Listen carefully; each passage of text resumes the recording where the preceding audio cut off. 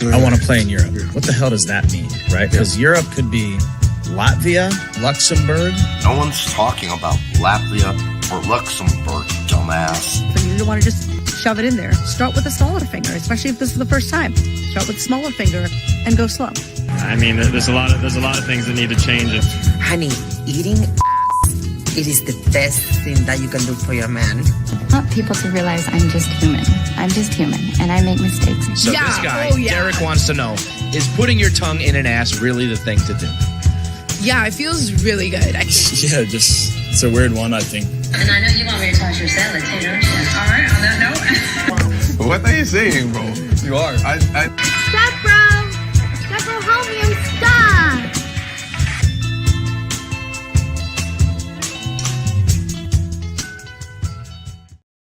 All right, welcome to Straight Red Card. Yes, just a warning, this show's not for children. If you have small children, probably they shouldn't be listening to even the intro, be my guess. It'd be a dead giveaway, right? Yeah, although I'm not sure they'd really understand what they were listening to. But it is what it is, right? Why isn't that stepbrother helping her out? She's trapped underneath those skateboards. Oh, my God.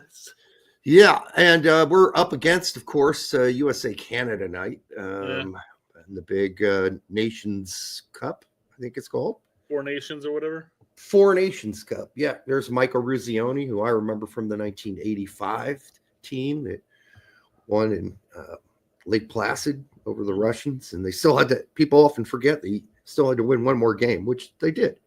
I just think there are probably enough countries playing in the NHL. They could probably have more than four teams even. They could probably have I think there are enough Germans, I might be wrong, to make up a whole team. And maybe I need to look that up. There used to be more Germans, at least in the NHL. So you could add the German team. Finns used to have lots of Finns in the NHL. So maybe they are playing in this one. It's Sweden, Canada, the U.S., and maybe it is the Finns. Pretty sure it is, actually. All right. I see Untouchable's already saying Gio missed an absolute sitter. I did see it. The angle wasn't perfect. He did hit the post on it. If that's the sitter we're discussing. Yeah, right, well, that's the only sitter that I think anybody's discussing. Yeah. And that's correct. The Four Nations replace NHL All-Star Game, that's fine by me, because this is actually, they're out there killing each other. Whereas, most All-Star games nowadays are kind of like, it's not that exciting. So, anyhow, you want to get guy with the stick trying to pop the puck up in the air and try to juggle it all the way down before trying to score. Yeah. I did watch this guy on YouTube who teach you how to make your own liquor. Crazy enough. And he buy these bottles of all different types of juices. Apple juice. Yeah, he pours a little bit out, puts in, half a cup of sugar, and then a little less than, teaspoon of yeast, and lets it sit for 9 days. And he has the cap on the cap, otherwise it goes kaplooey. Right. The air can escape, and plus bacteria can get in there as well. So you don't want that. And he measured it, and it's like 12% alcohol. So that's like a really good Belgian beer right there that he just made. And he did it for $2. He said, $2. That's all it cost me. $2 to make a bottle of liquor. It probably tastes horrible, though. He seemed to. Well, I mean, if you're using apple juice, you're basically just making hard cider at that point. Yeah, that's true. But doesn't hard cider and the bottles have fizz though? Have bubbles? Carbonation. Yeah. I don't think that these would have carbonation, right? Because he's got the cap off the whole time, right? Yeah. Yeah. Yeah. All right. So you got any? You know what, Derek? If you got a nice little, a jug, a quart, or whatever it is, of apple juice that's at 12% alcohol and it costs you $2 do you really care? Probably not. Not if your goal is to not necessarily make anything worth tasting. It's just to make it acceptable taste wise, and then there are times when people first start drinking, and they get the taste of straight liquor, whether it's bourbon, scotch, vodka, gin, whatever, tequila, and every single person's gonna go Yeah. Hey, out there, let me know if get used to it. Right. Let me know if I freeze up out there. I forgot to turn off the VPN. That could slow down my I don't know. It could slow down my connection, I would imagine, right? Really enjoy. Why even be on the VPN period? I could just turn it up altogether, but it is the server I'm on is in the United States somewhere. I don't know where. Fancy. Well, right. Oh, now you are, yes. I mean, I was accidentally in the Netherlands for a while, and I didn't know it. Dutch. And it's all for research purposes, of course. But I was wondering today on YouTube, why am I getting so many Dutch commercials? Like, I don't speak Dutch. Then it occurred to me, that's probably because I'm using it. That's interesting. I never would have thought about that either, to tell you the truth. Yeah, it changed. They put a little NL next to my YouTube logo on YouTube. NL meaning Netherlands, right? That's how that's the digital representation of the Netherlands. Anyhow, you got some fluff tonight? Well, Jack wants us to bring up his intro. Welcome to the Straight Red Card. That's a great intro. Oh, he means this one. This episode is brought to you by the Jewish Surgeon Association, where circumcision is the best decision. I think it's the only one. So, anyhow, yeah. What do we got fluff-wise? Well, you mean with the Jewish surgeon or whatever, general surgeon or whatever? Yeah, that's the only decision for them. Yeah, I was going to say something. I'm like, yeah, probably not going to say that. All right, I'm going to move on. Wasn't there some guy that removed it with his teeth that got arrested in New York? Yeah, it was like a rabbi who did circumcisions and removed the skin with his teeth. Opening a bag. Like, I don't know. Maybe that's just news stuck in my head. That's a cannibal. That's cannibal right there. Well, he didn't eat it. Well, where you don't know that. No, I don't. I'm guessing he probably didn't eat it. He spit it out. Put it onto the grill with a little bit of butter, sauteed it up. Oh, God. Oh, that's disgusting. Well, this show's not going to get monetized. That's pretty gross. All right. I'll say all of our live streams have been monetized of recent since we've been doing the shorts and cutting them out. Not shorts, just clipped videos.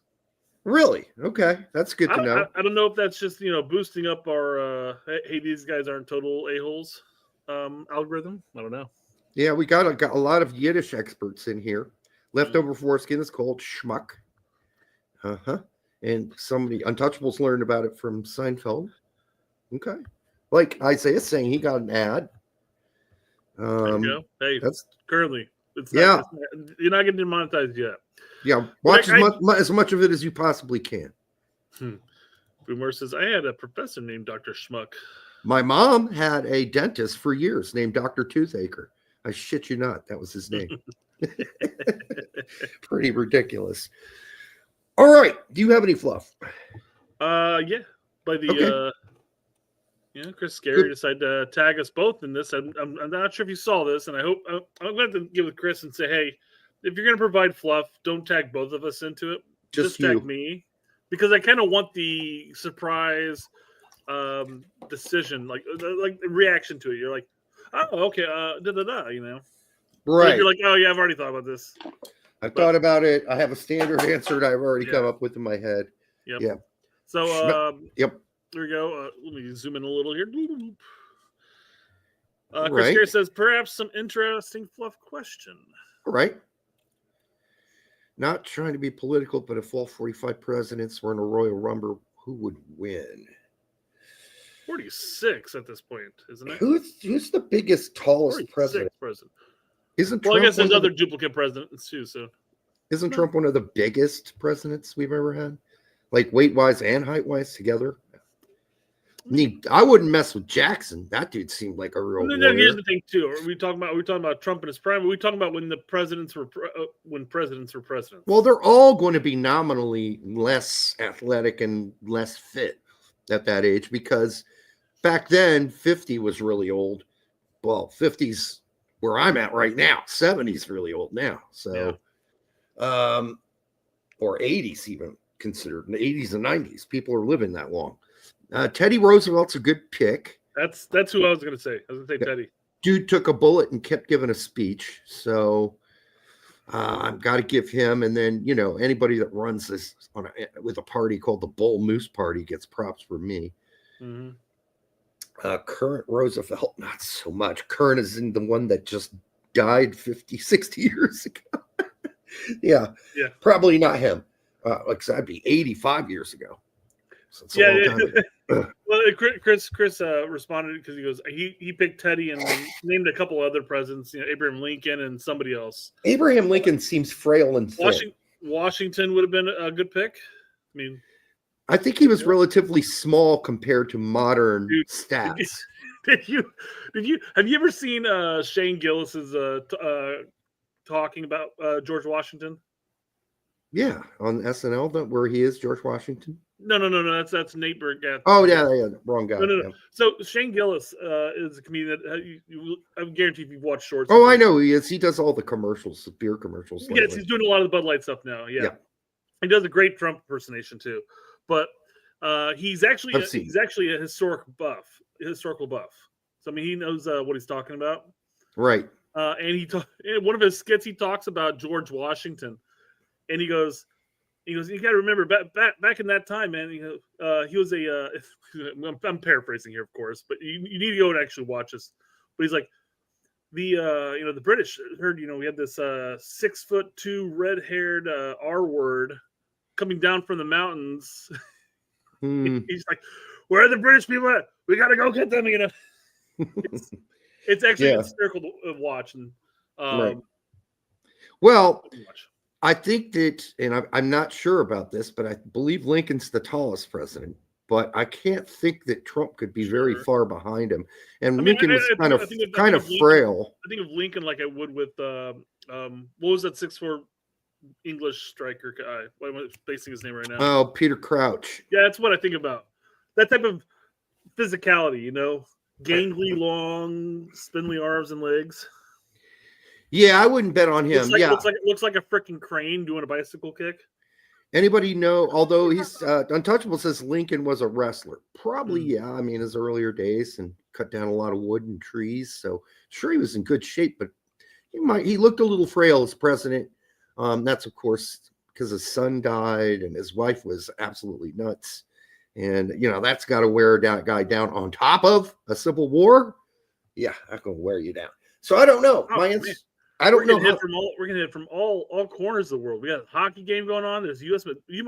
women's national team game going on right now. Right now? God damn. God. Wow. They just lost 95 viewers. You could listen to the show and watch the game. That's true. I think he is too. So right. All right. So I hope we gave you a few thoughts on that, Chris. So wait, if you had to pick one, who are you picking? I said Teddy.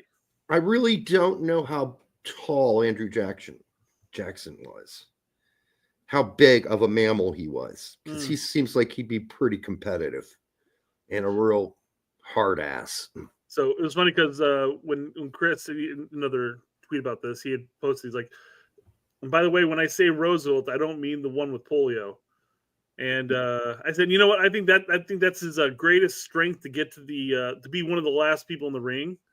And then when it's just him and the whatever president, let's say it's him and Teddy Roosevelt, all of a sudden, FDR bounces out of the chair. He actually has been vaccinated the entire time because he went into the future to get the vaccine. You've been thinking about this way too much, brother. Way too much. All right. Thanks, Chris. What else we got? Fluff-wise. Or maybe no more fluff. Maybe we could. The fluff. I was trying to buy some time, which is why I was going for the whole, expanding that conversation because I want YouTube to not necessarily catch us. But I do have a video. No, I think we're fine. Yeah, I think you'll catch us anyhow. I don't think it matters where we put it. I think if it's later in the show, they don't necessarily catch it unless they have unless whoever it is has some kind of a search spot for it, searching for certain aspects of it. But this is that fucking company in California, dude. Yeah. Well, this is a local Indiana commercial, so I don't think anybody's searching for this shit online. Okay, Isaiah Probe says Jackson was in 103 duels. That's a lot of duels. Well, surely, sure, but you can't bring the guns into the ring though. Surely, not all of them ended up with him winning, because that winning percentage would be outrageous, right? But he never got shot. Yeah, I was gonna say, man, if you didn't, well, technically speaking, I mean, I imagine most duels end with one person dying for the most part, right? One person getting shot, not necessarily dying, and maybe both miss. I don't know, and you decide, okay, it was our lucky day. You just get one shot, and that's it. No, just depends. I can see it. Both people don't actually want to do the duel, but they don't want to back out, so they're like winking across. They're like, hey, you miss, I miss. Okay, well, we're just lucky, I guess. I don't think duels were necessarily to the death, because some people survived them. They got shot. Untouchable says in those times they used to have like 100 round boxing matches. Yeah. Okay. Yeah. Yeah, they did. That's a long time ago. Too. Right. Mm-hmm. That's back when men were men. Something like that. Something like that. Yep. All right. They're provided this commercial. I don't know if I can somehow make this full screen, but I don't see a thing for it. So no, I'm not an Instagram person, so I don't know. But I don't even know if I shared audio for this. Hold on, let me bow out and let me bring it back up here. Let me bring it back up here. I can't remember who said it. They're like, well, I get here 15 minutes in, we're talking about presidents. What the fuck's going on? Yeah. It's Fluff. All right, here we go. Local commercials are the best, Eric. Okay. Best video I've ever seen in my entire life. I'm not even joking. There's a cry across the heartland, a yearning for the days gone by. And in little old Corden, Indiana, they're happy and they'll tell you why. They got butt drugs. They love butt drugs. Butt drugs. Butt drugs. I recommend butt drugs for everybody. I can always count on butt drugs. When I think drugs, I think butt drugs. For all my health needs, I turn to butt drugs. You want hometown service, cheap hot coffee, and liquor. Now that's the ticket. You can tell Walmart, CVS, and Walgreens exactly where to stick it. Butt drugs. We love butt drugs. Butt drugs won't let you down. I can't believe how long this is. In the rear. I love butt drugs. Man, Corden, Indiana, of course. Yeah, I've driven through that town before. I have no idea where that's at, but I would go there just so I could take a picture in front of butt drugs now. I went there to study how much of their old downtown was still there. So where's Corden, Indiana at? I don't remember. Just remember being there. All right, I got to figure this out, I guess. Hold on now. All right. Indiana. I knew that there wasn't much of their old downtown left. It's all the way down south by Louisville. Okay, that's why I've gone by it. Yep, that's right. You pass it as you're headed to Louisville. Yes, that makes sense. Crazy. Yep. Well, I don't suspect I'll ever make a trip down there unless I'm heading down to Kentucky or Tennessee. So Louisville is a great city to visit, by the way. Great museums, great historic museum. The history of war, I believe, something. And a closer city than South Bend, Indiana. Yeah, there's really not much in South Bend. No, I'm just saying it's a shorter trip for us to go to Louisville. So I'd rather go to Louisville. Oh, that's fair. South Bend. I'm not going there. Real urban tour. Notre Dame, and that's about it. I'll pass. I have an ex-girlfriend that lives there. Yeah, I mean, it's basically Notre Dame. Yeah, that's basically it. Because the rest of the city's not much to write home about. Well, so it's like Evansville, right? I mean, it's just a bigger city or bigger town, bigger city. Yeah, I guess so. Yeah. Anyhow, I haven't been there for 20 years, so I could be wrong. Maybe it all got better. But when I went, I was not impressed. As far as I know, it hasn't really changed. So, all right. Keyshawn says, I like eggs. I like turtles. Yeah, that's what I was thinking of.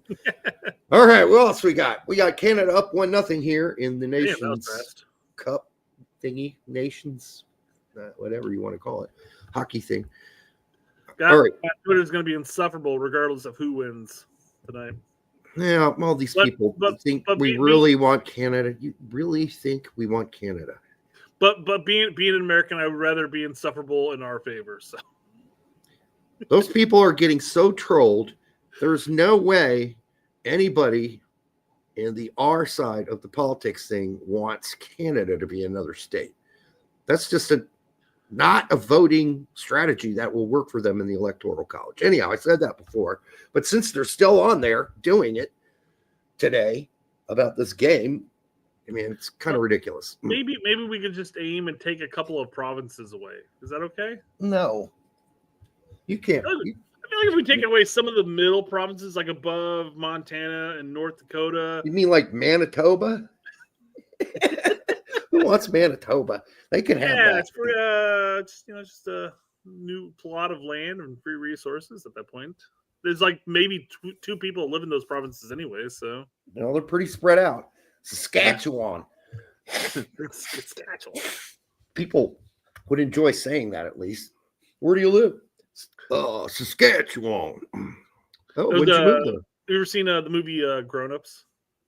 Yeah. There's the point when they're at the water park and everything like that, and there's this really buff, white dude and everything, and the women are all checking him out, like, oh my god, look, he's coming over here, oh my god, and he comes over and he's got this really high pitched voice, like, you guys know where Saskatchewan is? It's just like he's from Canada, but he's got this like really high pitched voice, and he's big and buff. Yeah, yeah, that doesn't go together. Moose Jaw is a nice this time of year. I believe that Moose Jaw was once Moose Jaw. This time of year. Yeah, I'll pass. Canada is this time. Canada's nice this time of year. Yeah, I'm passing on that. Unless you like being snowed in. No thanks. All right, do we have soccer? Let's do soccer. Timbo Slice has it down. He says Saskatoon. Saskatoon. Yep. Yeah. All right. Yeah, we got some soccer ready for the show. We find out where this is in it. Do not panic. Do not panic. Cap them now. Cap them now.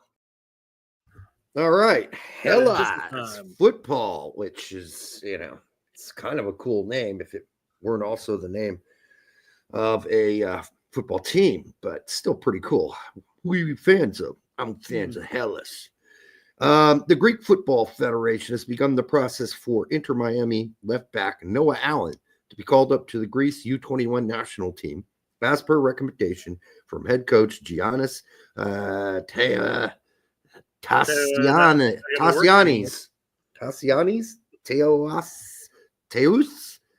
I don't know. Go with your gut. Go with the first option you said there, Tassianis. So yeah, that sounds probably right. So anyhow, good for him. I wish him the best. Don't disappear out there. Is all I say. He's going to go play for the Greek U21 team. Oh, that's right. Yeah, not Greece to play, and he's just going to go play for Greece. Wonder why Hellas football is actually reporting this. But anyhow, I thought maybe he's going there too. Guess not. He's just going to the Greek U21. I mean, he can do whatever he wants. I don't know if it's anybody, but I think it's just I don't think it's a team. Maybe it is a team. It is a team. I'm saying this group. No, this is a podcast. Greek football done. Oh, okay. Yeah. It's just a Greek podcast reporting in English about an American going to go play for Greece.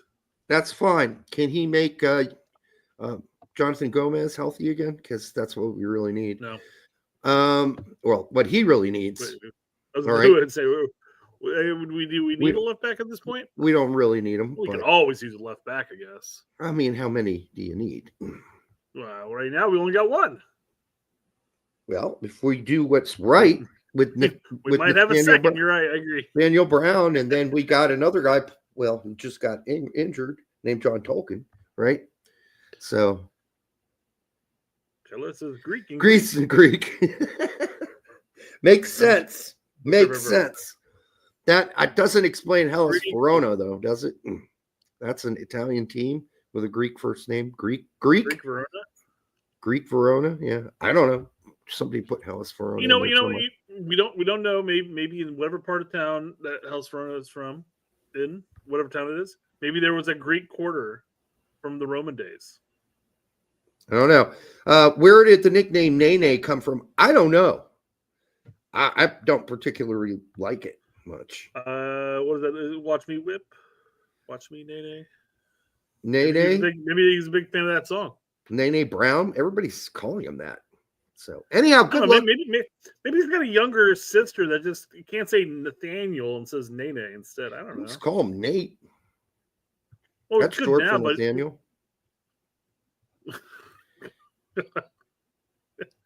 In Aramaic. Okay, Bandit, thanks. Yeah, there's the singer of the song I was singing. Silento. All right. Well, anyhow, good luck to No Allen. I'm not getting it. It's not a great loss. Let's put it that way. All right, go ahead, Brett. Next. Omar will be a key part of the U.S. U17 squad next year. Might even have the slightest of chances this year. Ultimately, his call, but Somalia is only offering 1 year up, and he gets plenty of chances with USA. I suspect we'll be able to retain him with the status quo. So you might be asking yourself, like, who the hell are we talking about? I don't know. We're talking about Hassan Omar. Apparently, he said no to Somalia. Said, nah, okay. I'm going to play with the U.S. So he's related to her? That's her son? Oh, it's not the same. That's her. Yeah, I'm sure that's his mom right there. It looks like he's wearing the bra. But that's standard gear these days, really. Okay, great. I'm glad he's sticking around. Is this the guy who does the coverage that blocked me? I think it is. Could be. Yeah. Yeah, I think he did block me. This is the guy that was upset that you kept talking about lube? Yeah. I kept saying I'm really happy for him, but nobody should be breaking out the lube. And he's like, I really don't understand why every time I put up a post, you keep talking about lube. I think it's totally inappropriate. I said, well, maybe it's inappropriate to putting up posts about 14 and 15-year-old boys constantly. But okay, maybe that's inappropriate. You ever think that? But anyhow, I think he's the one that blocked me. If he isn't, I apologize. If he isn't the guy. Pretty sure he is, though. So now Micah's saying it's 1-0 U.S.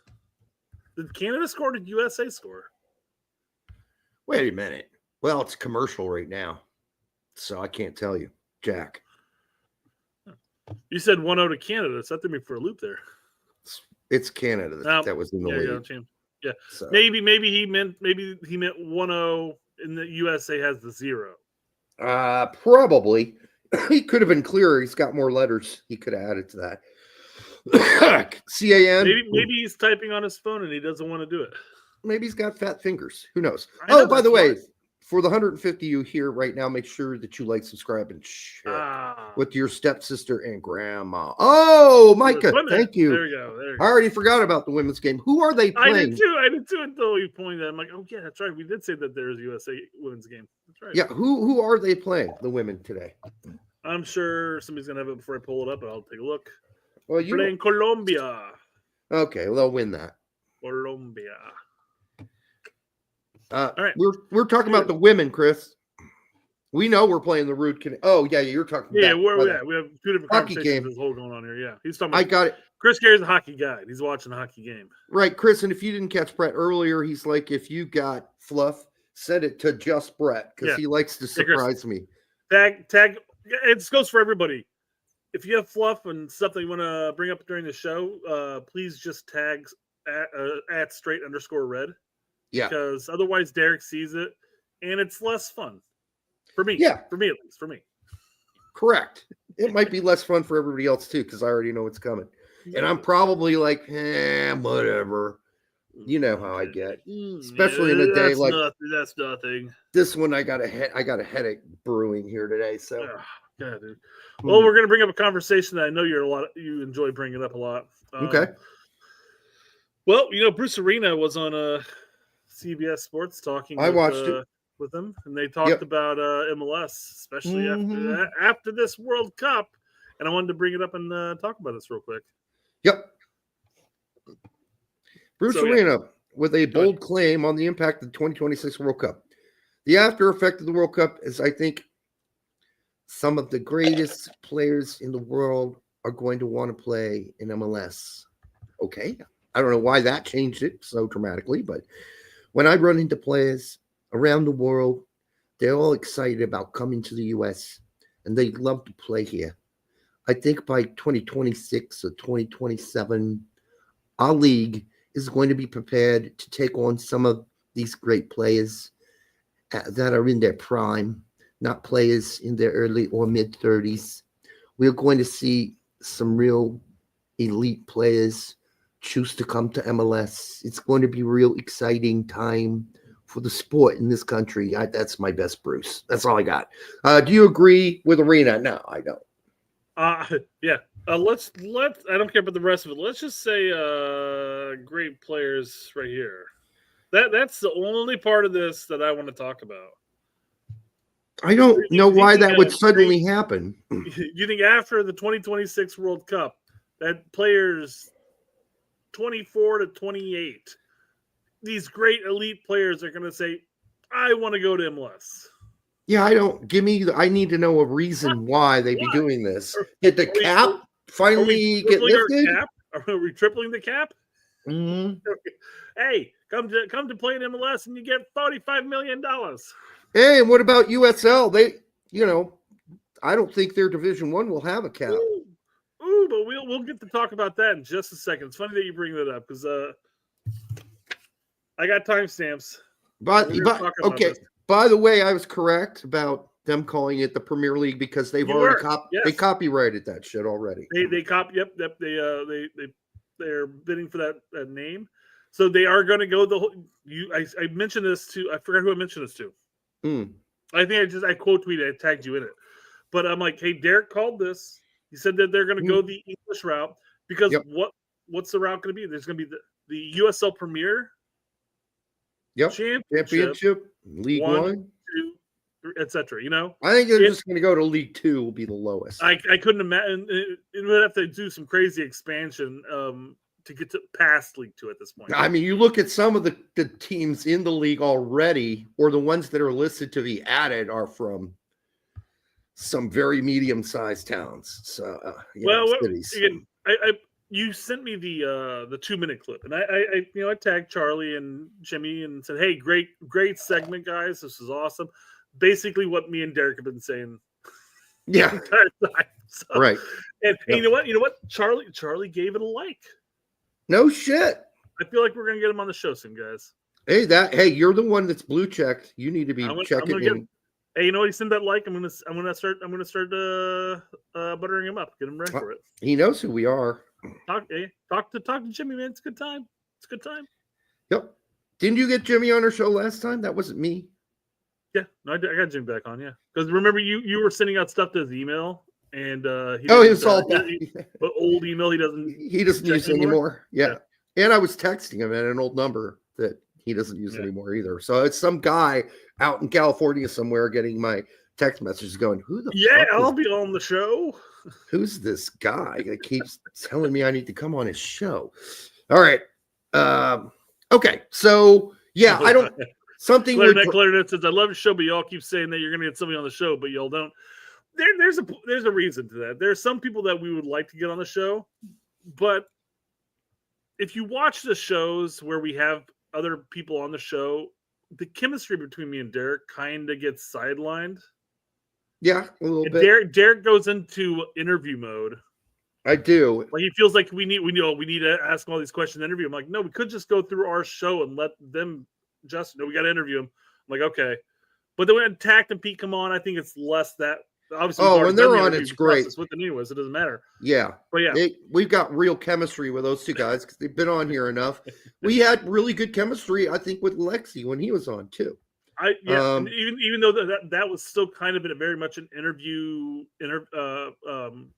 show. Yeah, sure. We still asked a lot of questions about his past. We talked about him playing in Europe and playing in the United States. Same thing with Wijnaldum in that sense. We asked about his time where he played, abroad and his time coming back and all the stuff he had to deal with. Those are very much interview-esque. But if Tact or Pete were to jump on the show right now, they would just run in line with our show that we. They would just meld right in, right? Now, Fumar says we should record the interviews and keep the interactive format. I liked having Wallace on live because nobody knew what was going to happen, right?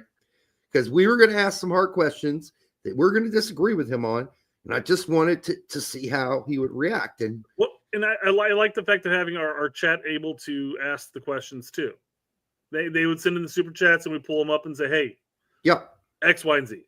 Exactly. What's your thought on step siblings, step sisters, which has come up on Pete and Tact shows as super chats already. Also, we had Eric Wijnaldum on. That wasn't that long ago. But it was a while ago. I keep going back to finding it. It's been a while. Half a year plus, It's within the last year, but we pick and choose. Yes. We're pretty picky about who comes on, and that's why Tact and Pete have been on so much. But in the defense of the poster who just posed that the question that we brought this up with, we have been saying for a while that we need to be getting, Charlie Davies on. We need to get Jimmy back on. We need to get Brian back on. And maybe we do. Oh, Shredder. Yeah. Maybe we do. Yeah, I mean, we do, but I think that continuing to be really picky about who and when is good, especially also, there's not been a whole lot to talk about, right? I mean, the standard show isn't full of the intrigue of who's going to be the new manager of the U.S. men's national team, right? I don't even know how to get a hold of Hollywood Heath Pierce anymore. I used to know. I guess I could DM him on Twitter. Right. That's about the best I can do. Right. All right. So hey, Heath, you should come on our show. Just ask your Jimmy. Yeah, I'm sure there's somebody's. Yeah, I mean, we've had Tony Miolo on the show. It's been a long time ago, so we've already had him on. The only one we haven't had on that show, on our show, is Davies, and he's the most triggerable. That's why I want to get him on. I hate listening to Charlie Davies. Why on earth bring him on? He called Dominic Downs a late bloomer. I know. I was like, what are you talking about? He's not a late bloomer at all. Anyhow, for the 169 of you here now, giggity, make sure you like, subscribe, and share. Which, Grandma, I just want to make sure I didn't miss that. Do you know why Heath was removed from the show in the end? And they brought Tony on? Was it a corporate call? Yeah. It was that was CBS deciding what they. I would think that would be more of a CBS issue. Yes, Paramount/CBS, who runs Paramount. So I'm sure they probably have no idea why he was cut, but it seems to me they wanted maybe less fringe stuff going on there, and maybe bring in an older guy like Miolo. They tried McBride. That was a massive, No, fail. Tony is the star of the network. I mean, their show was getting slaughtered every time McBride was on because of the just total suck up things he was saying. So that's why you never see him on there anymore. So that's to say that your comments do matter, people. Like all of you taking McBride to task for his stupid takes, that made a difference. So yeah, Jack says CBS said, Heath, fuck off. Sure, it was a little nicer than that, but it felt like fuck off. Heath, wouldn't you mind fucking off? Thank you. Could you please fuck off already? Would you mind fucking off? So anyhow, I don't know what brought Bruce to think this, but it's absolutely not going to happen. Number one, and number two, I don't know why he's got to go on there and give a little blowjob to MLS. I just don't understand it. I don't know. That was definitely some circle jerking going on there, man. Yeah, I'm not sure what he thinks is going to change so dramatically that everybody and all those players, especially the best ones in Europe, are going to want to come play here. So they can play in CONCACAF Champions League, I guess. This is Fumar brings up a great point here. Miola holds the show together. I think what it is that Miola is grounded. Yes, right. So I think Chuck has some grounded takes, some off the wall takes. I think Jimmy's playing host, which he is. He's the host of the show, and he kind of leads the show in the right direction. But I think Miola is definitely the grounded anchor, quite frankly. Yeah, and the only people who can trigger Jimmy really is me. You. Oh my God! That took me for a loop, man. I've never seen Jimmy go off. Yeah. If you don't know, Jimmy and I made up. All's good. Just so you know. All right. Yeah. All right. What else we got? Enough Bruce. Enough Bruce, but still talking about some MLS fuckery here. Yeah. This is gonna be a quick thing here. Okay. But Drew says a 25% interest on a 1-year loan of fake money is insane, by the way. MLS remains a massive joke for stuff like this. Basically, LA Galaxy says we've acquired $100,000 in 2025 GAM from DC United in exchange for $125,000 in 2026 GAM. Why even post this if you're the LA Galaxy? Most people don't know what TAM and GAM is or what the difference is. This only confuses them more. Yeah. And this is a GAM for GAM trade. Yeah. It's like, hey, give us $100,000 now, and then next year we'll give you $125,000. Yeah, that's just weird. Oh man. Brian DeMarcus says Jimmy doesn't have time for Derek. He ended up spending some good time back and forth. He actually watched our response. He replied to it. There was some discussion going on there. So he did in the end up having some time because he made it. In the end, he ended up agreeing with your point anyways. Yeah, I know. And then he's no longer going to comment on Camp Cupcake because now he said on his own show, I'm probably a little too the wrong guy because I'm too invested. Well, that's all I was saying. And it's possible though. He sees the comment pop up and got offended that, hey, this is the guy I'm cool with calling me out as biased towards this, But I had been calling him out for a month on it. So on Twitter too, whenever he posted. So he was just had it with me. Because remember, he said, as always, Derek, thanks for your support. Sorry, Jimmy. I'm just going to call it like it is. I think it was Save Cuts had mentioned on one of the comments on last show saying that it's kind of odd for us to talk about how it'd be great to have these back and forths between people in the community. Yeah. When we're very direct and kind of salty at times with people from the community, I'm paraphrasing what Sam mentioned there, and I'm like, hey, it's a great point. But it can be banter. I mean, just bantering back and forth. Everybody knows who we are and what we do. Once you get to know us, like Bredos Call us out some shit. Our sense of humor. He doesn't take it personally when I criticize. I'm sorry, Sam. I know I butchered your entire post there, but I got it. I know what you're trying to say.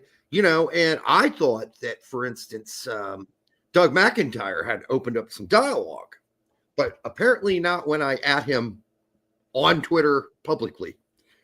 He won't respond to that because I'm like, good report. Thank you for filling us in. But at Doug McIntyre, can you tell us what you've learned about Nathaniel Brown?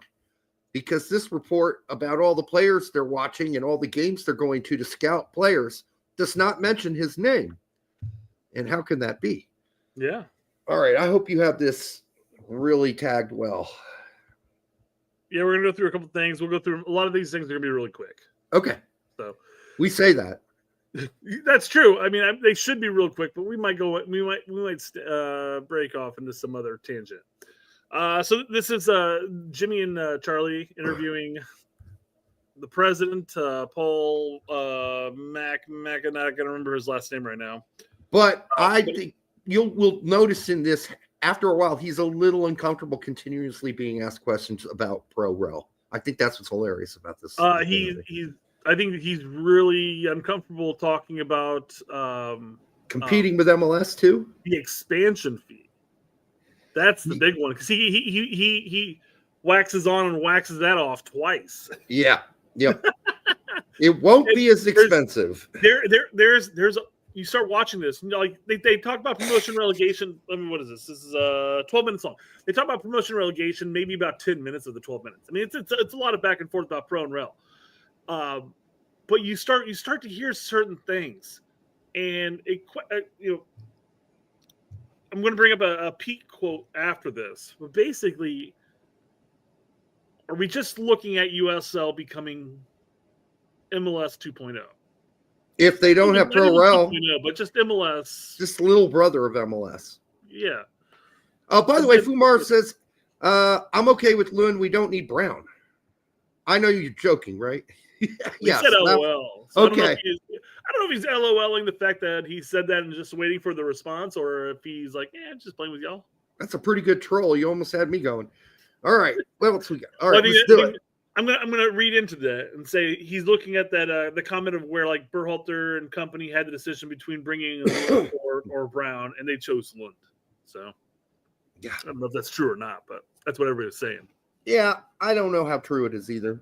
So I've heard it. I've heard that, but yeah, Jimmy and Charlie ask, hey, talk about USL in Division One, and Paul here talks about the three things that differentiate USL to MLS. Okay, things started about 3 years ago, right, when we were looking at things that could differentiate the league, and there were three main components that came out, right? One being changing the calendar, two was promotion relegation, and three was doing a Division One league.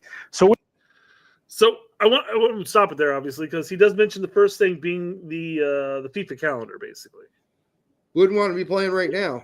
Later, exactly. Later, and I think Untouchable said that in Chicago it's like 5 degrees outside. That's not even kind of wind chill. But later on in the show, and I'm not going to. I had the timestamp pulled up, but I'm not going to do it. They asked him about the FIFA calendar, and he says, it's not going to really work out because we'd have to implement it across all of our leagues, and it just doesn't make a lot of sense. It doesn't, because some of Why even bring it up? Yeah, don't bring it up, because if you're not going to do it anyhow, there's no point. I'm sure it was something you talked about 3 years ago when you guys all got together about how you're going to differentiate yourself. But since you dropped that one, and also, by the way, since you got a lot of pushback from USL Championship owners on promotion and relegation, you're truly going to drop that one for sure too. It ain't starting in 2026 or 7, excuse me, when it lifts off. I can guarantee you that's not going to be the case. So, spoiler alert for the rest of this segment and everything like that. I do want to say, to our point, Derek, you said one, USL owners were going to be pissed about pro and rel. I know 4 at least. Yeah, and then and 2, I had mentioned when we were talking about this last couple shows that most likely what's going to end up happening is it's promotion relegation is not going to be a thing now. It may be a thing like, hey, 15 years down the road, once we're stable and ready to go, then we'll implement it. Maybe. He basically iterates both those points right now. It's like, hey, there's some owners out there that are pissed. I'm paraphrasing, of course. Yeah, that's what he did say it. Yeah. But then he's like, we have some very ambitious owners who want to see us do this. And then we have some outside interest, because it looks like they're appealing to outside investors. Most likely, many of those American owners of European clubs that might get into this at an early stage. I don't know. Yeah. I mean, by the way, the score is Canada 1, USA 1, if you are interested in the hockey game. I don't, and that's why I was so emphatic about the fact that just because of our old connections with the league itself and with Indy 11, we still are in contact with people that we knew way back when, who are still involved with USL. And I can just tell you, there are some big owners out there who are not interested in pro rel one bit. And again, he goes on in this interview and says, well, we're not really going to need parachute payments because a drop from the first division to the championship. I got the timestamp. You probably don't need to play it now. Isn't going to be that big of a deal. I'll go and scratch it out. You're right. We don't need to talk about that. Let me, where is it at on that? Relegation costs. That's at the very end. Right. Yeah, because his big talking point. This was something that Kelvin brought up on Twitter, as far as why this isn't going to take off, and he goes, "We don't have the national TV right deal that really will see a big decrease when dropping down between leagues. Yep, and it's all local, et cetera, et cetera, et cetera, et cetera." Yeah. So all the money is made locally, ticket sales, local shirt sales, local TV. Well, he basically says every single one of their quote unquote franchises are their own beasts of whether or not they'll survive. Yes. So whether they'll talk about salaries and stuff, whether or not they go crazy on the salaries and bring in a bunch of high end players, foreign and domestic, or you have people who are going to be a little more frugal about it. I mean, they're their own beasts of whether or not they're going to survive. I just want to clarify they're not franchises. That would make them different from MLS, right? They're actual clubs owned by owners. Yeah. They're kind of if this is all they're going to do, they're going to end up looking like the old USFL to the NFL. Remember? That didn't work so great, even though the system was set up to help them succeed because they were able to draft and compete money-wise for a short while. They are the ones that got Herschel Walker. They're the ones that got the quarterback of the Bills, who would later become the quarterback of the Bills.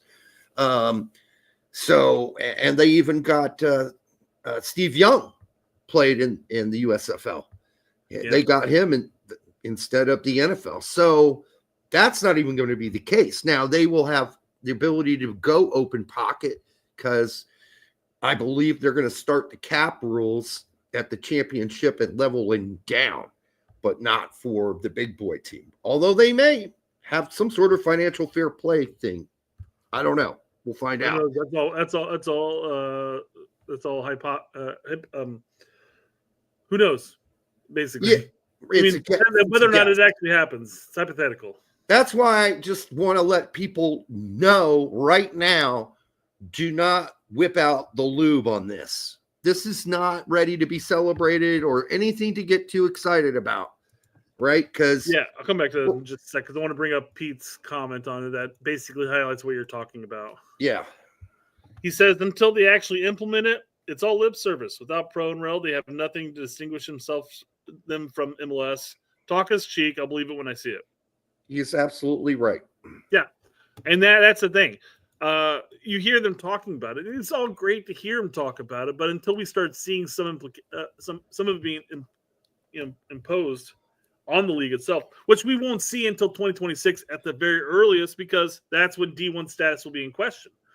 But quite frankly, as we talked about, it's not promotion relegation is not going to happen right off the back. It's not going to. They need to stabilize it. And he even talks about it in this entire show. He's like, well, first thing we need to do is we need to stabilize Division 1. Yeah, and they only have 13 teams in it to start off from. That's pretty small. Like we're talking, they have to have 12 to start, and they have to have 14 by the end of year 3. I believe they said they're going to start with 13. Well, and that's not bad. We probably know who those teams are, or most of them. It is the teams already that make the 15,000 attendance limit, plus owners willing to spend to grow whatever stadium they have now, or teams that have access to a bigger stadium but just didn't want to pay the rent, so they're playing at some local, community college, right? Well, yeah. And one thing he does mention, and I'm not sure if he's talking about the current owners or if he's talking about the potential outside investors that are likely to maybe start up teams in certain markets or whatever. But he does go into talking about how that a lot of the promotion relegation talk really stemmed on whether or not we were going to get Division 1 status. He's like, once we're pressing for Division 1 status, a lot more. He basically saying a lot more owners were more susceptible to the talking points. Right. And then Judgmental Deity has a good question. It says, Derek, do you think USL will be better trying to develop as a selling league and outdo MLS on that front? If they were going to go that direction, there would be have to really get involved on a grander scale with youth development. Some are, some less than others. And they also will need, with their contracts, to be less of a prison to young players like MLS is. MLS, you have to sign multiple year contracts. That's what I was going to say that right there. Yep. If USL wants to kind of kneecap MLS, they would look at the promising youth players that are coming up predominantly, through the youth system, and predominantly most likely at that point, you're looking at a lot of players in MLS academies. And they would have to reach out to them and say, hey, we're happy to sign you to a 2-year contract. You play really well, we'll sell you the next year. And you're still playing in the first division against grown men. So, that is the thing that USL is doing well enough with youth players right now is that their contracts are so much more fluid and open. They're like 1 year. You can sign a 1-year contract. So there you go. Good question, Judgmental. Yeah. So it looks like USA just went up.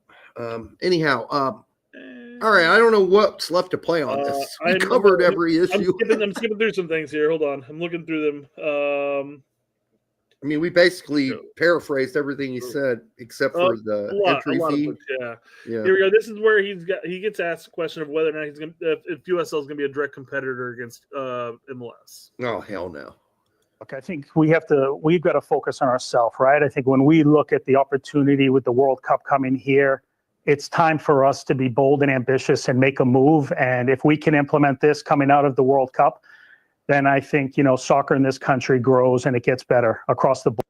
Well, they're betting on a lot there, Brett. Well, the thing I'm taking away from that quote right there, obviously, outside of the fact that they aren't saying that they're going to be competing against MLS, because they can't. Financially speaking, they won't be able to. No way. There's way too much money in MLS right now that they couldn't come out of the gates competing. But what I heard there is that, hey, it's time for us to step up and take a chance, take a risk. Right. We've got to take our opportunity and we got to go for it, which is nice to see. Take that risk, go for it. I know U.S. Soccer's behind it as far as saying, hey, what can we do to help out? That's literally a quote, not literally a quote, but a paraphrased quote of what they said. And of course, everybody who commented underneath that tweet was basically saying, hey, can we get the same sanctions and it's not sanctions, but the same subsidies that MLS got for a couple decades? Yeah, probably not. Number Probably one. not. Yeah. Number two, let's not forget that Don Garber still serves on the board. And also that MLS and Don Garber are going to see this. It doesn't matter if USL doesn't see it as competition. Yeah. MLS will certainly see it as competition and make sure that in any way they can to undercut this this whole thing. I guess, and the good news behind the talking point in relegation is you might see less and less markets getting pillaged by MLS, because if a team in Pittsburgh is doing well, I'm throwing the Pittsburgh out as some random team. You could say Louisville, and you'd be more correct. Let's go Louisville, because I don't think the Riverhounds really compete that well. No. All right, let's say MLS comes to Louisville and say, hey, hey, we're interested in you coming up to MLS. You may just have to pay this $500 million fee in order to get in. Louisville's going to go, well, I can make, if they're not already in, they'll be in the Division I league already. They definitely will be. If they weren't, they could say, no, promotion relegation. I'll be up in that first division league and I don't have to pay shit. Fuck off.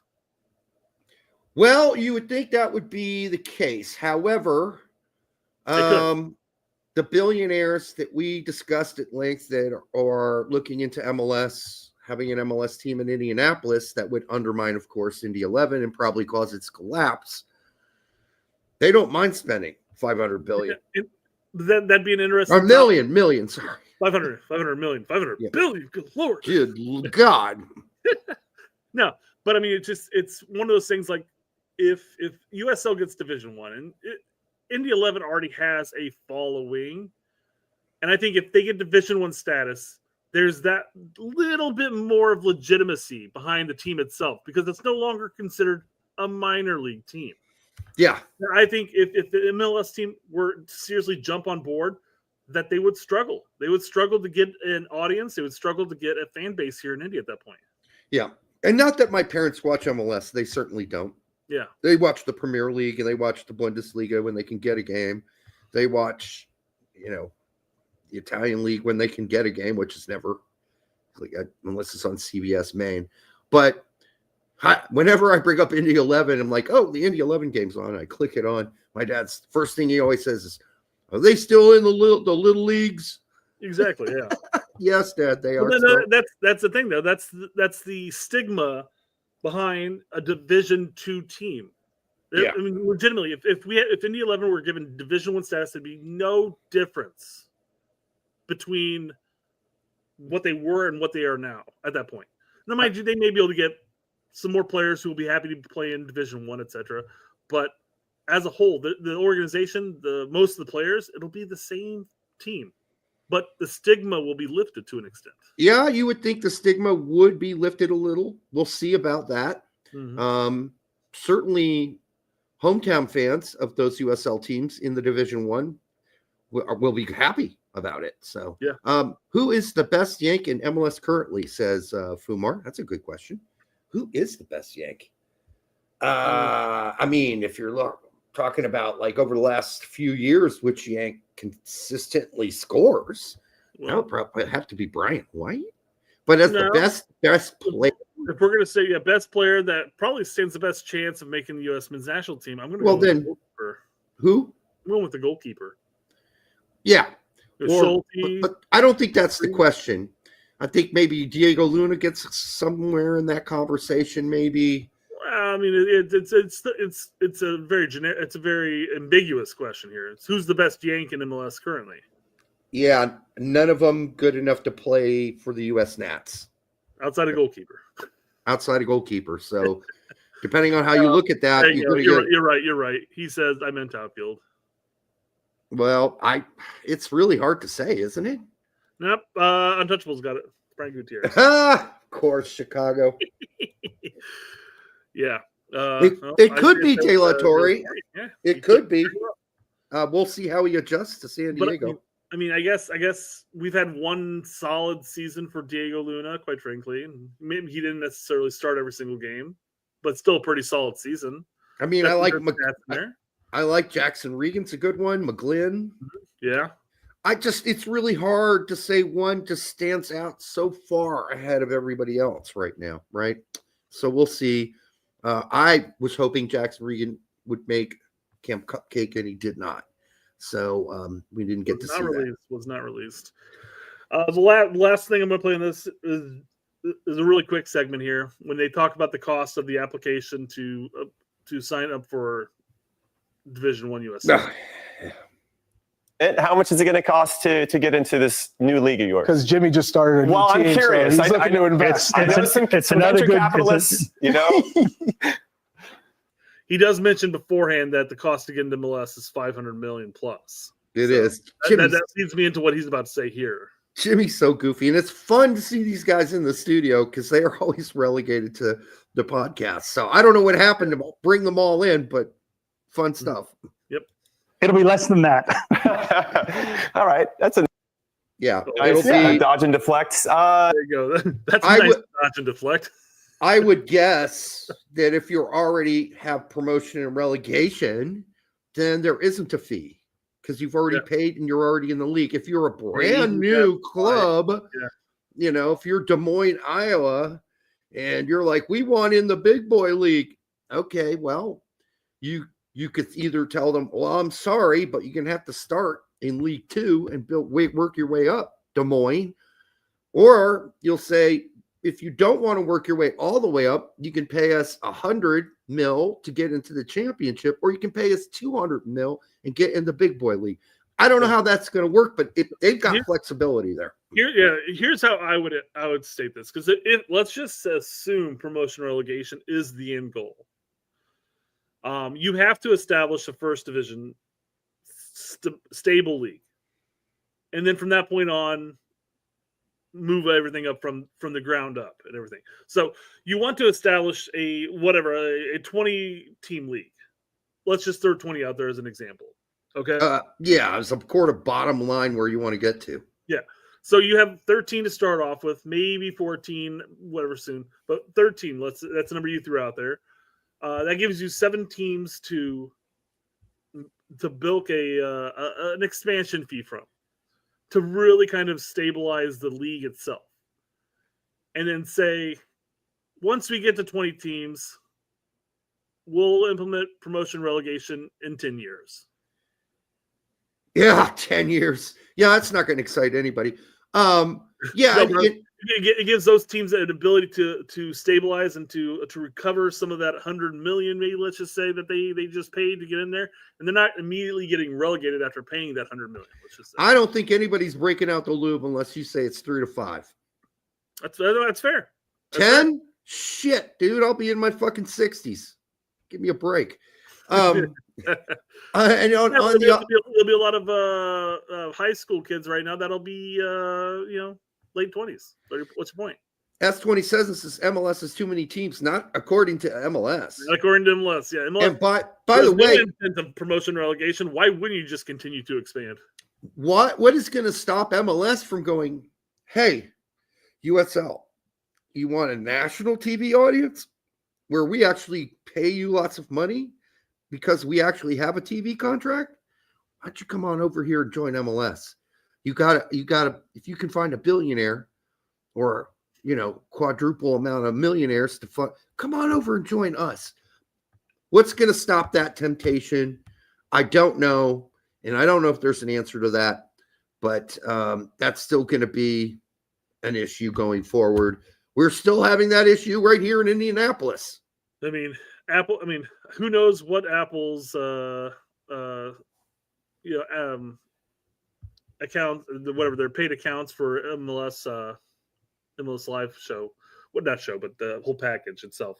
But who knows how many Apple IDs were purchased because of that? Hard to say. They don't specify. They won't tell us. And the ones that are actually broadcast, their viewership's no bigger than any time before. So once this crazy deal with Apple expires, will Apple continue to pony up more cash for that, or will somebody else come in with a higher deal, or will they have to take a decreased deal in the end?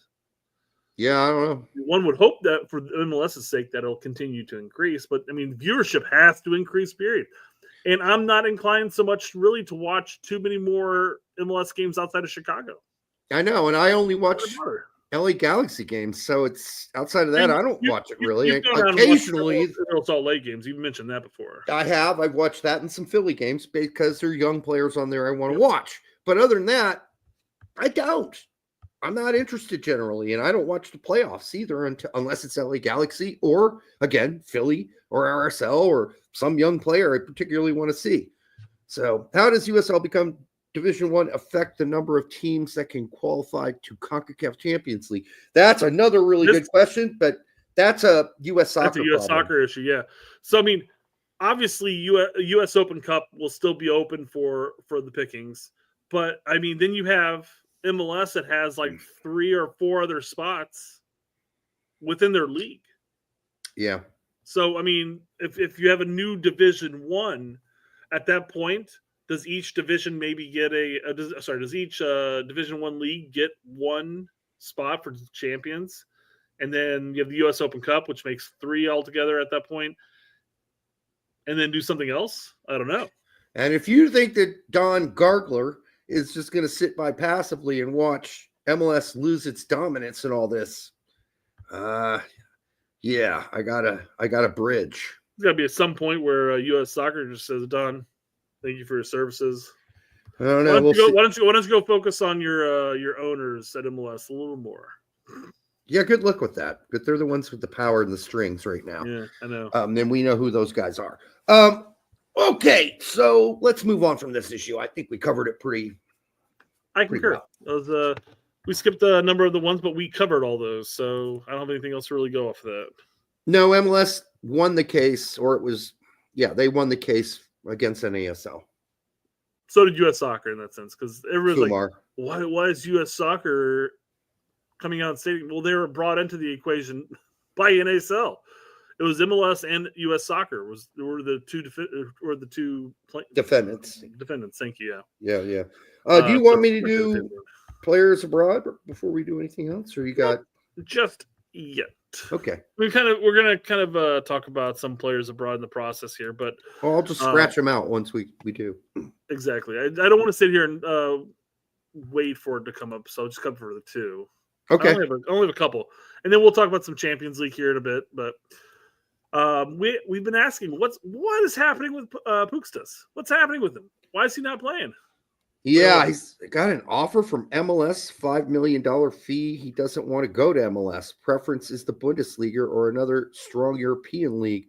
The article speculates he's being benched to pressure him to take the MLS offer. That's been a lot of the speculation because apparently they're just trying to offload him for 5, 4, 6, right? They're trying to make some money, and Yes. Maybe the European deals just aren't as lucrative as the $5 million MLS deal. But you know what?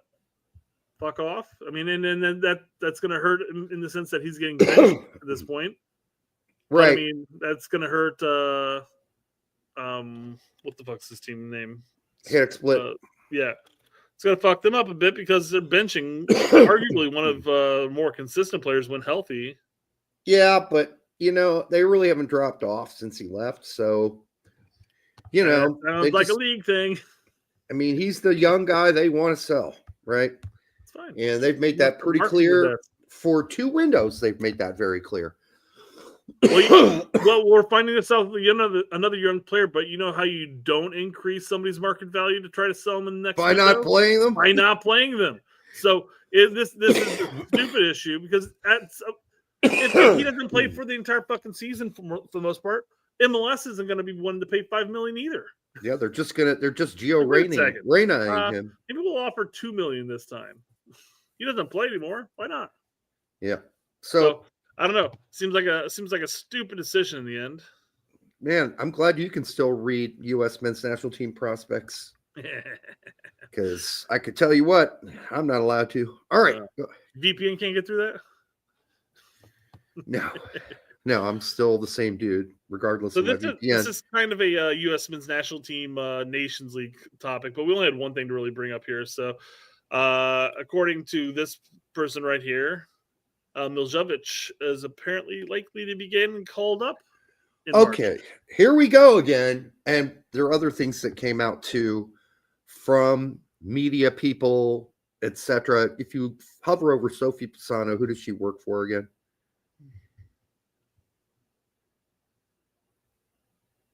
Yeah, I have no clue who she even is. But Periodista Deportiva. Okay, like it's basically a period paper. Periodical, sports periodical. On Deportiva. Okay, that's good. But you know what? A lot of these people keep getting this shit wrong constantly. I'm guessing she's from Argentina, writes for a paper there. And the whole idea that Matko Miljevic has a real shot at making this team would only be down to Pochettino loving him a pair of Matko testicles, because there's nothing that he's done that would tell me that one of our midfielders in Europe needs to be dumped so he can make the team. I just don't see it happening. And has he played well for Hurricane? Yeah, I've seen some of the highlights. He looks good. He still looks kind of slow. But if this is just, as Tack says, the provisional roster, that wouldn't shock me, honestly. What is that, 50-something plus players? Yeah, 60. It's 50, right? It has to be 50. I think it's 50. Right. So, oh no, periodista means journalist. I should have known that. So sports journalist. Yeah. No, it just means journalist. No. But Deportiva, right? Yeah. Sports. But I should have known because it ends with an A, just like some words you're not allowed to say at the stadium that end with an O. Right. Should end with an X, you're right. So she is a female reporter, right? Okay. Yeah. Because it ends with an A. If it was a male reporter, it would end with an O. She's clearly a female, Derek. Okay, so visually speaking. Apparently Sophie did say it's provisional. Okay. But this guy, unfortunately, does he not say provisional in this post anywhere? No, he does not.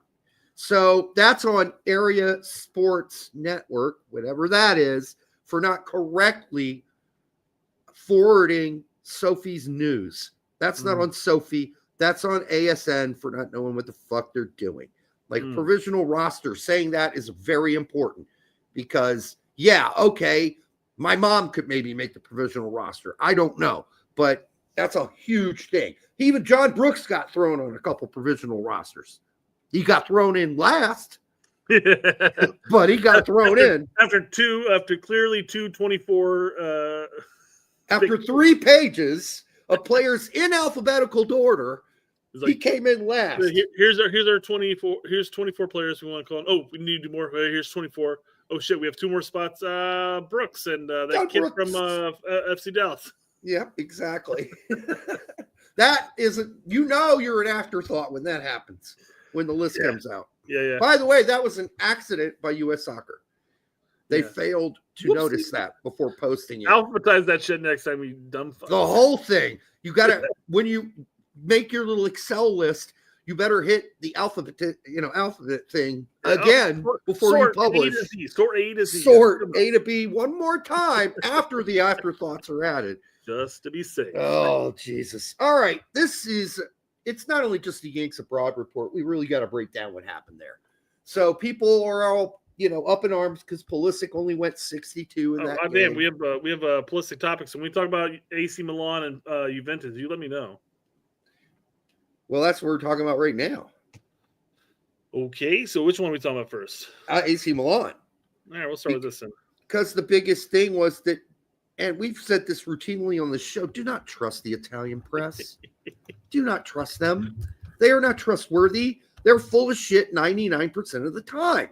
So when they came out with their big report that he wants out and doesn't get along with the manager, oh, come on. We were like, really? Please. So anyhow, Pulisic had to post on the AC Milan official page today, or they published it for him. I'm happy where I'm at, and I'm not going anywhere, and I don't have any problem with the coach. Here's what was being reported. Is basically saying that he has a problem with management, and he's like, "Hey, it's either me or this guy." What a joke! That's so un-Pulisic. That's what Pulisic does, right? He goes, "It's either me or this guy over here. You better play me." God, that's just. I mean, if Milan knew this guy at all, and how humble he is, they would have never wrote. Well, they don't care whether it's true or not anyhow. Repubblica. So garbage magazines, garbage journalism in Italy. It's all over there. So don't believe that. The reason Chambers sent me a DM saying, "Hey, don't cover this shit. Don't cover it. It's all bullshit. It's just that it doesn't need to get any more headline." But yeah, we got to cover it and call it bullshit for what it is. I wanted to bring it because Pulisic does go out and basically says, "I've never argued with the coach. I've never asked to leave, et cetera, et cetera, et cetera." He calls it out for what it is. Hey, this is rag bullshit. Yep. Do not believe it.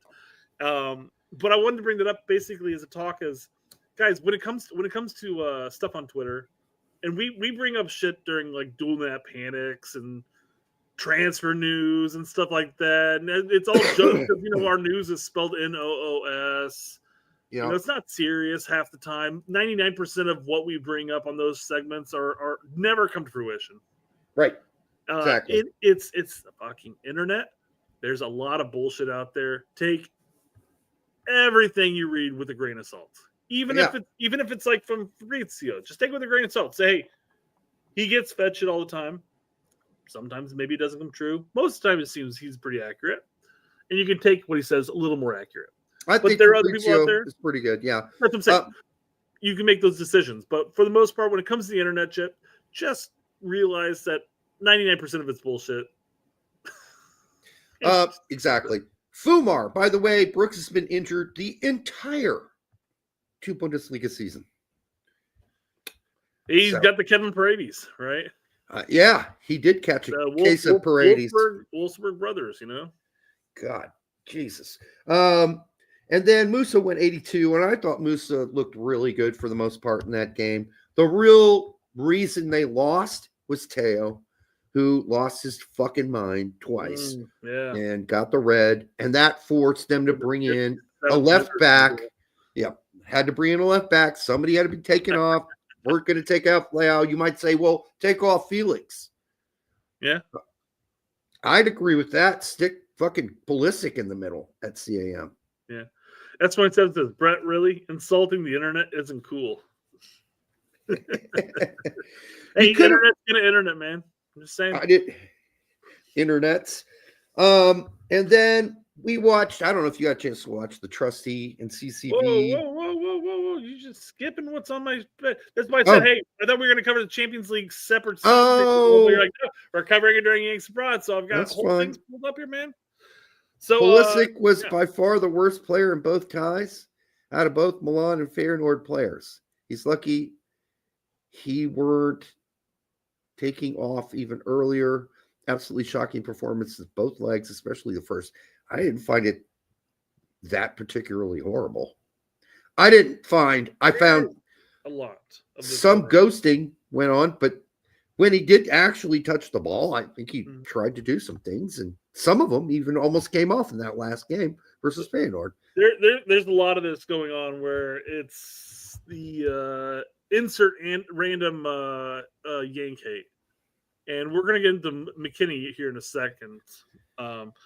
But you sent me this one, and I didn't end up watching the match, but I'm like, even if he goes, I couldn't imagine him being the worst player out there. No, he was pretty good in that second match. So this is ridiculous. That's just, I tell you who the dumbest player was Teo.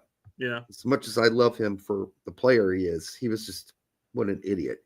He's the one that cost the AC Milan the game, not Pulisic. What's laughable about the whole thing is he does finally go on to say afterwards, he goes, just adding this because the Pulisic's American Defense League has awakened. The guy was garbage. Across to who's that? I don't know. Oh, Chow. That's pronounced Chow? Yes, it is. And a nice dribble. H-I-A-W is Chow? Chow, yeah. Okay. And a nice dribble. A nice dribble team it is. Yeah. Over 180 minutes doesn't mean he was decent. Please don't enter my mentions. You'll be blocked. Oh, what a hero. What a pussy. God. Don't say shit. That's going to trigger people. And it's going to trigger people. Come on. Yep, it is. And yeah, anyhow, that seems like a really ridiculous thing to say about a guy who's had a fantastic season for the most part and almost 2 seasons. Full seasons of really good play. It's just silly to sit. Even if let's just say over 180 minutes, he was the worst player on the pitch. So fucking what? Yeah, I don't think the remaining 2,200 minutes he's netted for you fuckers. Yeah, is that really an AC Milan fan? And if he is, I imagine it has to be. Unless he's a Mexican fan, that's the only thing I could imagine the venom from. He's got real problems with Americans. But, that goes on a lot of different places. Daniel says 2-1 to U.S. Yep. I saw the goal. Corner of my eye. All right, Trusty and CCV played some of the best minutes I've seen from them in the Champions League versus Bayern. A game they were supposed to really get rocked in. They played pretty well. Almost took. I mean, what would the aggregate have been if Bayern didn't score at the very end? I don't remember, but they were tied 1-1. They were hanging in there. Yeah, I mean, they still do away goals and shit like that, right? Yeah. So. No, they don't. Well, they don't? No. If it's tied, I believe now they just go to extra time and then they go to. Okay, fair enough. Yeah, I think they got rid of away goals. But I really like Trusty in the game, and Trusty actually looked a little lost at times the game before, but this one he looked really good. And I think by far out of those two, Trusty's looked better. So we have no away goals. It's just aggregate. Yep. So yeah, would have gone. And then Balogun's still injured, so of course he didn't play for Monaco. And then we get to Reina, who got 21 minutes, kicked the ball up the post. People call him that a sitter. I don't know about you, Brett, but my way I look at soccer, that's not a sitter.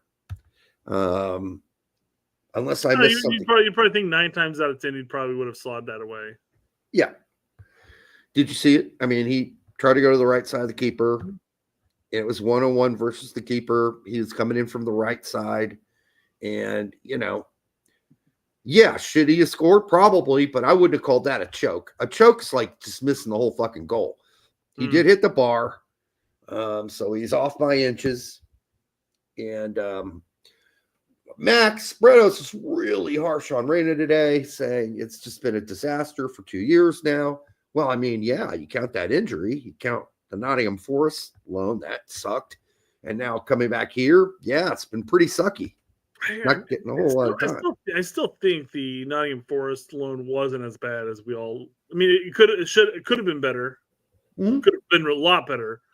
But I'm looking at some aspects of it that, we saw his he's not a defensive liability in a much faster paced league. He wasn't. And so it showed he can't play defense if you ask him to. He was able to maintain possession, arguably better than anybody on the Forest team, quite frankly. He didn't create many chances, and that was probably my biggest beef with him in all the minutes he got for them, is he wasn't being very aggressive in the attack, trying to create shit.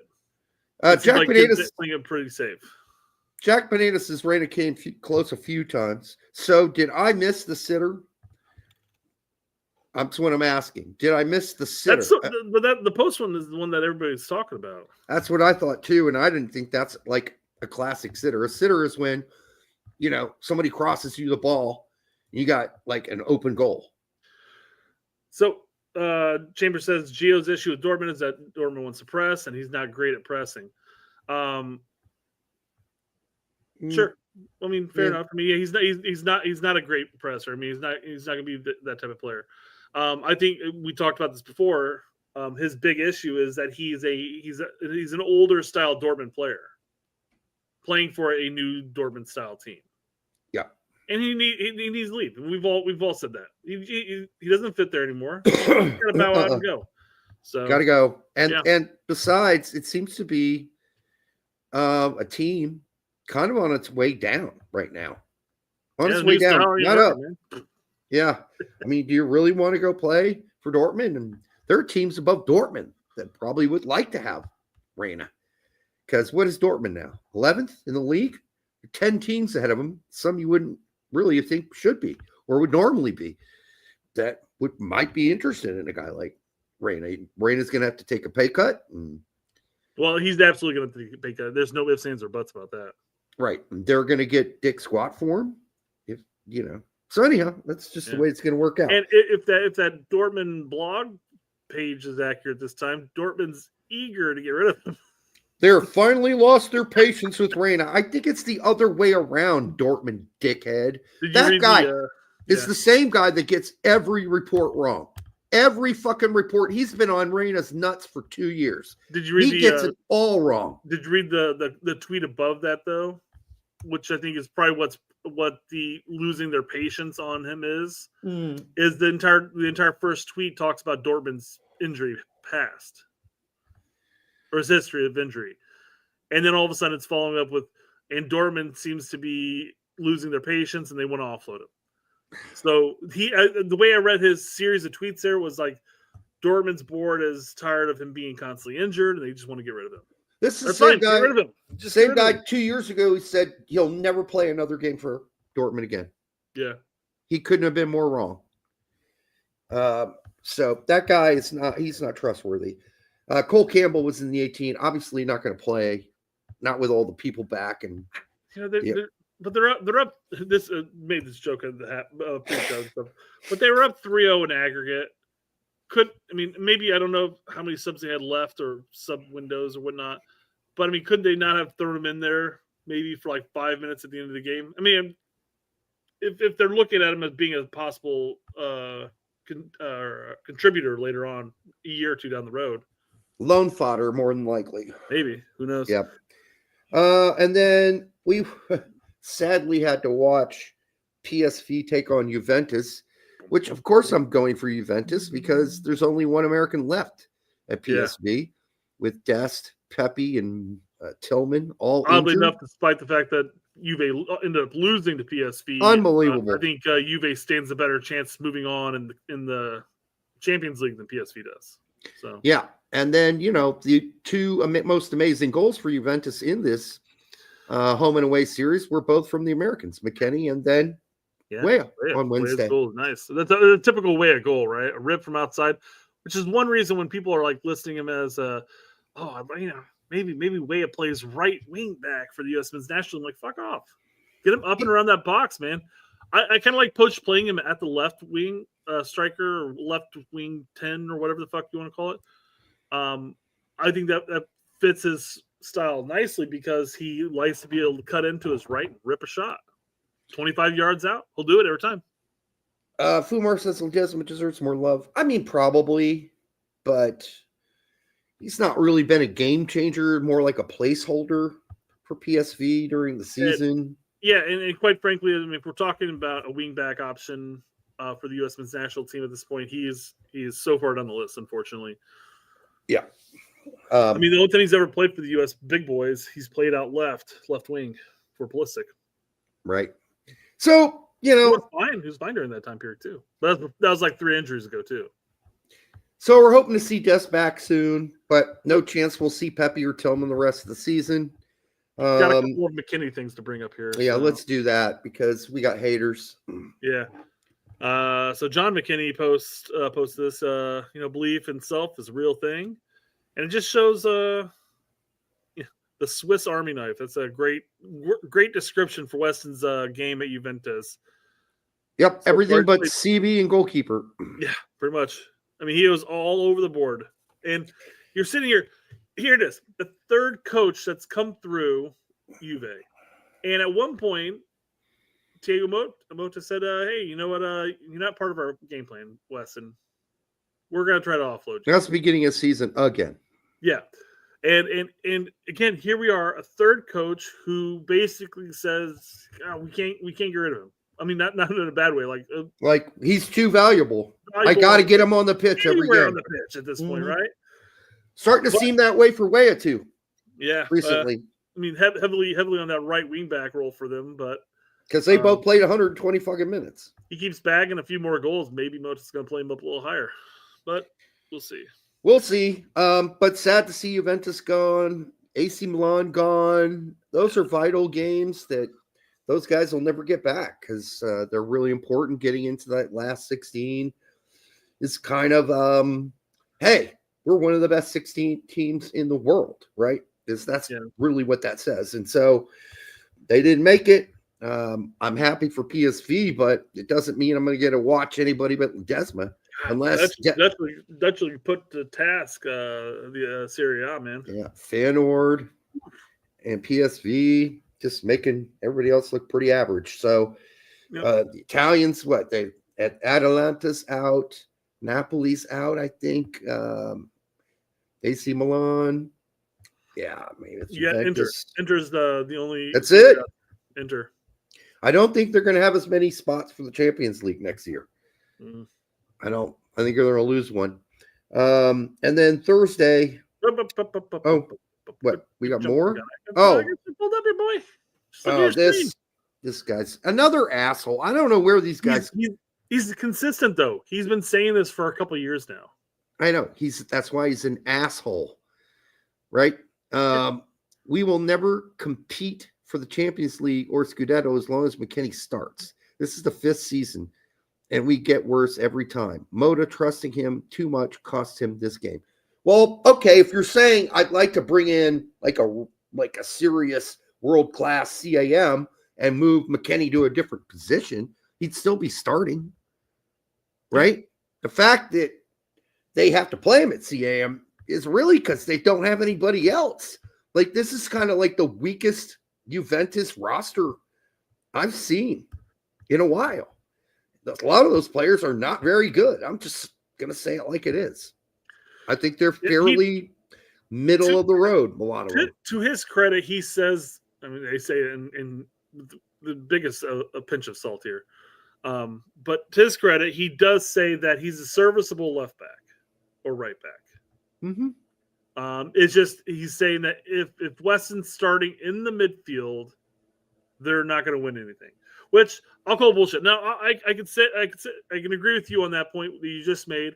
If they bring in a top of the line, top of notch 10 or just attacking midfielder to run that role, by all means, and move Weston somewhere else, whether it's an 8 into the 8 or 6, fortunately a wingback, or if you need to, I guess.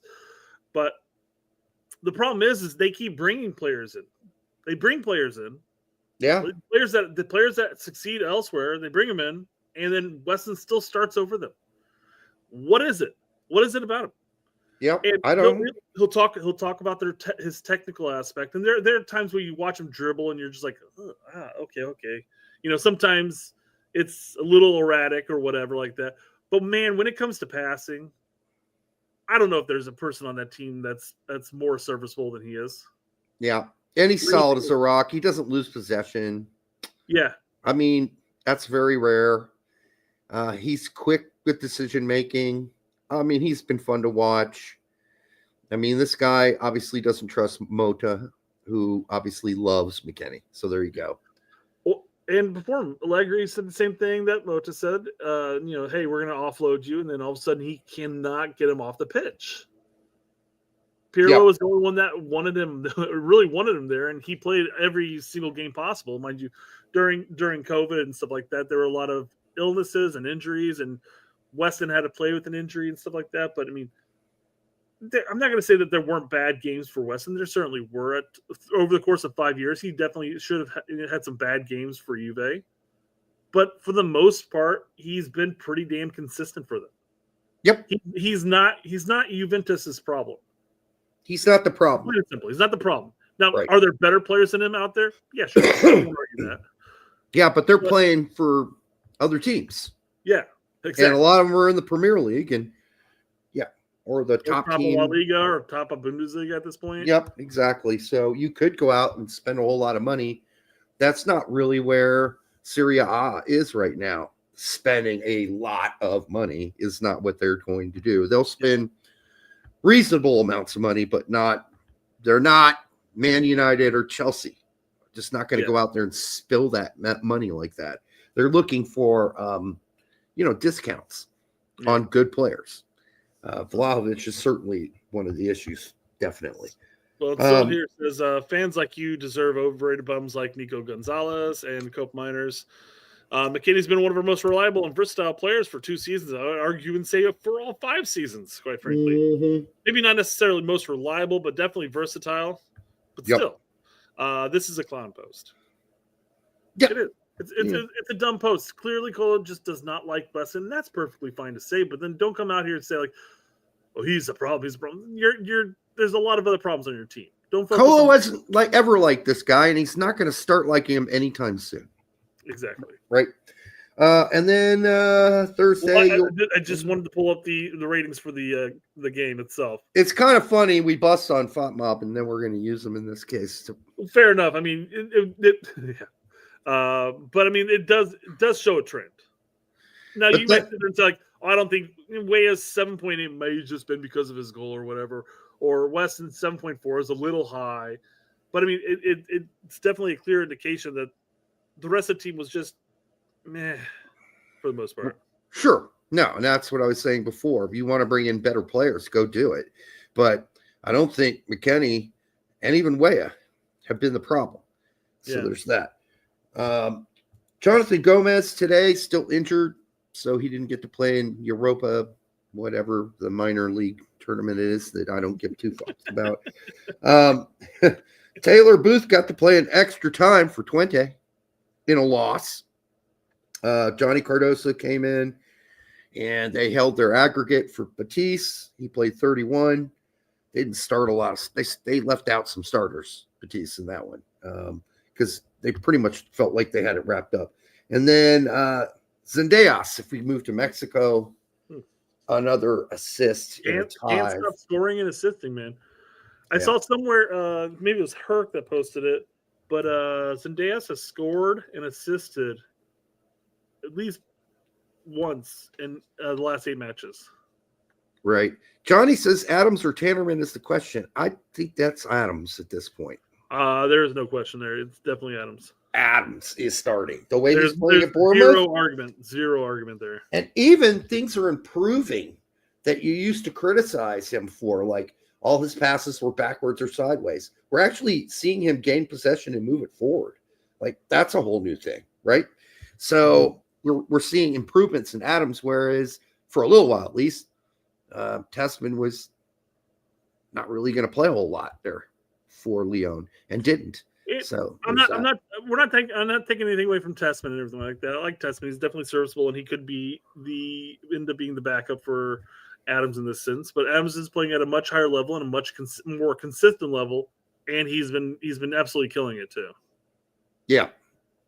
Adams has just been too damn good, and so is Bournemouth. It always makes you look better when your whole team is on a roll. Yeah. Together, it makes you look better. The whole collective look better, and the individuals in that collective look better. And that's what's going on there. All right. So that's Yanks Abroad. I got nothing else. Well, as you can tell by my tabs up here, I don't have anything else, Derek. We covered the Champions League during the Yanks Abroad relatively quick in a sense, and I ain't got nothing. That's fair. And we always thought the show might be a little short. We still did 20 minutes plus a fluff, amazingly, with no fluff. Like I had none. There wasn't a whole hell of a lot of fluff, and yet we still did it. Yeah. Yep. Anyhow, enjoy your weekend, everybody. We will be back on Monday. Give your stepsister a kiss on the cheek from us. I don't think DMR is in the chat as of yet. He hasn't joined up, so he's not going to see the fact that it's only an hour and 40 minutes long. I know, because he'll take us to task for that. Oh, my God, under 2 hours? Fucking lazy. Criminal. Grab bag topics, says Brian DeMarco. I mean, what do we got? I mean, I don't know. Anyhow, so maybe we'll plan on doing some calls next time. Yeah, maybe phone-ins. You want to possibly throw the link in the chat for Monday? Yeah, let's do it. If we got a short show to do, I mean, we got the weekend to cover. So that's Monday's usually not a short show to begin with. The Thursdays can be short because it's midweek, and there's not much on the midweek report, honestly. All right, so either Monday or Thursday, guys. We'll depending on where let's say Thursday. Most likely there'll be much less to cover on Thursday, unless something serious pops up, but I can't imagine that. Yeah, let's aim for a Thursday call-in show, quote unquote. Okay, I think that'd be fun. Guys, get your cameras ready, your mics ready. Yep, and we'll pick who wants to come in, and we'll put out the link and start propping people in. Yeah. Again, that's going to come down to one question, and moving on. Got to slice and dice. Right, we won't go all day with you. All right, we love you. Thanks for supporting the show. Go USA. It's tied 2-2, and we will see you on Monday. Have a great weekend. Good night.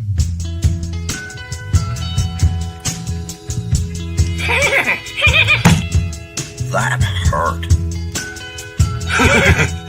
I want to play in Europe. What the hell does that mean, right? Because Europe could be Latvia, Luxembourg. No one's talking about Latvia or Luxembourg, dumbass. So you don't want to just shove it in there. Start with the smaller finger, especially if this is the first time. Start with the smaller finger and go slow. I mean, there's a lot of things that need to change.